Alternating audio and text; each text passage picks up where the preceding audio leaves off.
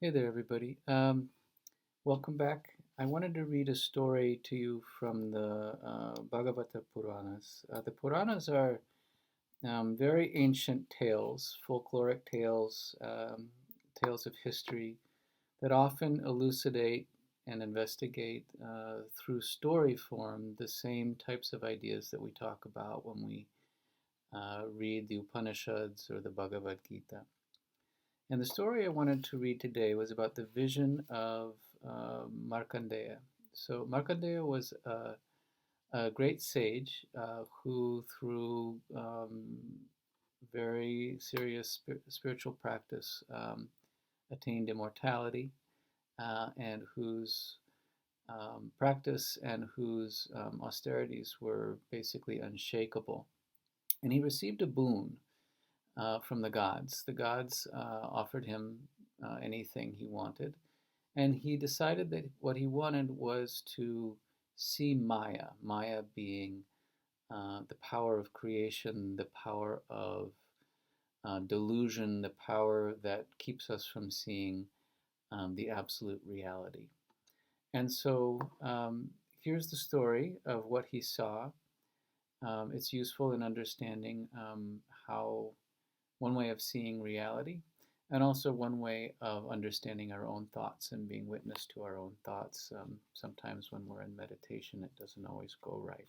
Anyways, here's the story of what Markandeya saw. On the banks of the river Pushpabhadra, in the ashrama built for himself on the rock Chitra, Markandeya spent his time in prayer, in meditation, and in remembering the glorious day when the Lord had appeared before him in the form of Nara and Narayana. He saw the Lord and only the Lord in everything, and sometimes so absorbed would he be in the thoughts of him that he would forget even the daily worship and the daily rituals he would normally go through.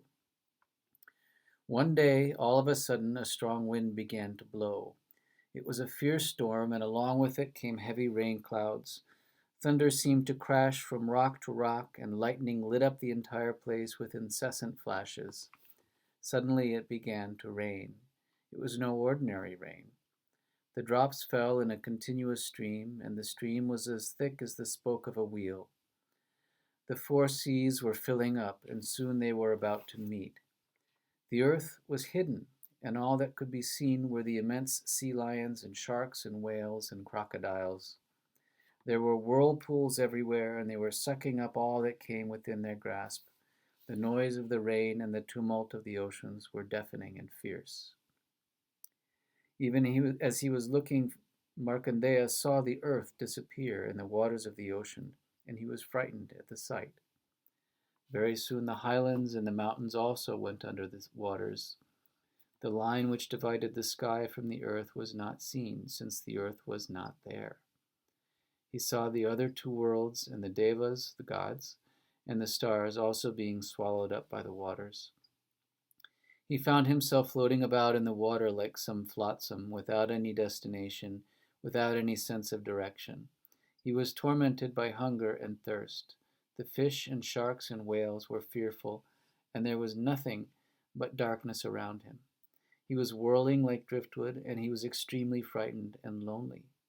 He would be caught up in a whirlpool once, and when he was thrown out of it, a huge wave would toss him here and there.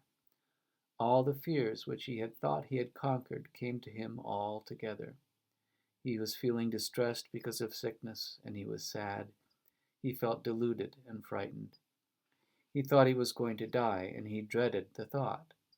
At the same time, he knew that he had once conquered death, and yet now he was actually afraid that he was going to die. So he drifted about, tossed by the waves, and tossed about by his own fears and pains. All of a sudden, while he was thus floating, Markandeya saw a beautiful ashwata tree at a distance. The ashwata tree represents the tree of life, connecting to this divinity. He could see the green of the new leaves on the branches, and it was a big tree. He could see clearly one of the branches leaning towards the spot where he was. On a leaf of the ashwata tree, the sage saw a strange sight. He saw a child sleeping on the leaf of the ashwata tree. The glow from the child was so great that it pierced the blinding darkness around him. The child was dark, like an emerald. The face was beautiful, like a lotus. The neck was lovely, like a conch. The child had a wide chest, and his nose was chiseled. The curls from his head fell on his face, and his breath played softly with them. The ears, like shells, were wearing the flowers of the pomegranate. There was a slight smile on the coral lips of the child. With his tender hands, the child had taken hold of his foot and placed that lotus-like foot onto his lips and was sucking the toe ecstatically. Markandeya saw the child, and he could not take his eyes away from the heap of beauty which met his eyes. When he saw the child, the sage found that all his fatigue had left him. His eyes were wide open, drinking in the beauty of the child, and his heart was filled with joy. He felt within himself who the child was. Still, he went nearer to see the child at closer range. When he went near, he found that the breath of the child was pulling him in. Markandeya entered the child's body, along with a breath from him like a mosquito. When he was inside, the rishi, the sage, found the world as it was, before the rains came. Amazed at the sight, Markandeya kept looking around. He saw the entire earth. He saw the heavens and the sky studded with stars. The mountains were there, the islands and the four quarters with the devas guarding them. He saw the demons, the asuras. He saw forests, cities, and all the ashramas, and he saw the Himalayas, the river Pushpabhadra, and the rock Chitra, and his ashrama on top of it.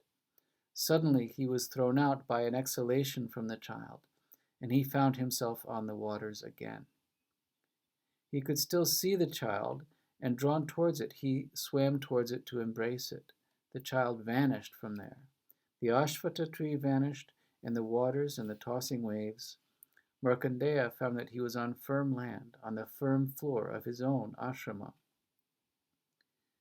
Overpowered by the experience, Markandeya stood as though in a trance with his mind set on Narayana, the Lord of the universe.